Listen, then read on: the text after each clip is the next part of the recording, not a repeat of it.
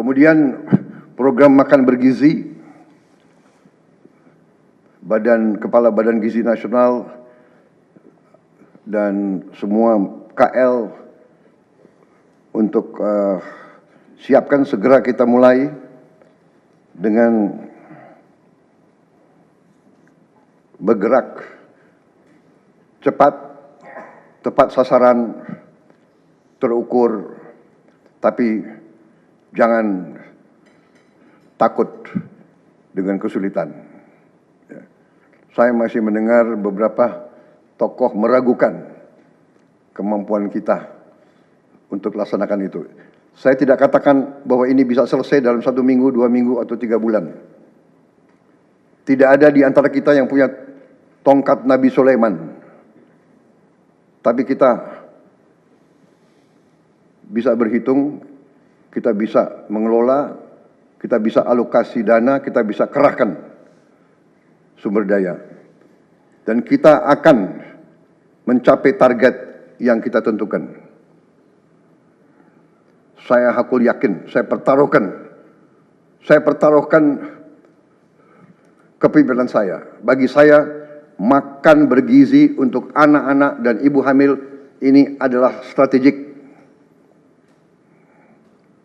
Yang tidak mendukung hal ini, silahkan keluar dari pemerintah yang saya pimpin.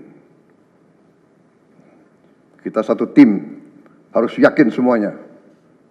Ini bagian daripada rencana kebangkitan bangsa Indonesia.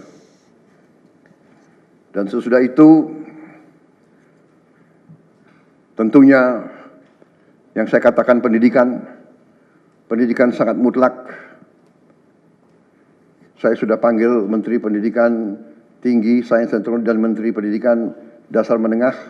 Kita sudah mempunyai gambaran besar bagaimana kita segera akan menyentuh semua anak-anak kita.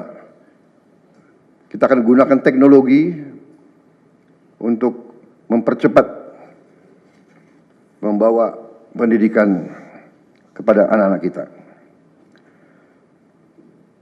Dan ini sesudah itu tentunya kesehatan juga penting. Demokratisasi yang paling cepat, yang paling dirasakan oleh rakyat adalah pendidikan dan kesehatan. Kalau kita bisa memberi pendidikan yang terbaik untuk anak-anak kita, kesehatan yang memadai untuk seluruh rakyat kita, itu adalah demokrasi yang sebenarnya. Saudara-saudara. Menteri Kesehatan, teruskan reformasi kesehatan, atasi kekurangan dokter dan tenaga kesehatan. Kita punya program khusus, nanti kita bahas tersendiri. Ini semua harus ditopang oleh pertahanan yang kuat, penegakan hukum yang tidak ragu-ragu. Download Tribun X sekarang.